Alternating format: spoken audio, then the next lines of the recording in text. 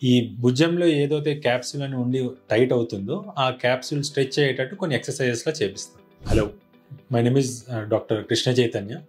I'm a consultant orthopedic surgeon working at Srikara Hospitals, Madinaguda branch.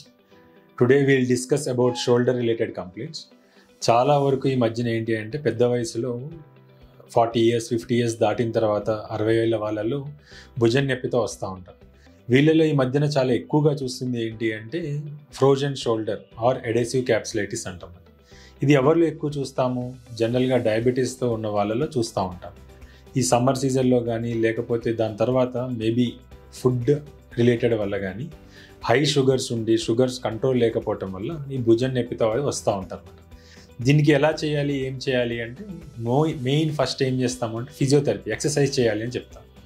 ఈ భుజంలో ఏదైతే capsule అని ఉండి టైట్ అవుతుందో ఆ క్యాప్సూల్ స్ట్రెచ్ అయ్యేటట్టు కొన్ని ఎక్సర్సైజెస్లో చేపిస్తాం.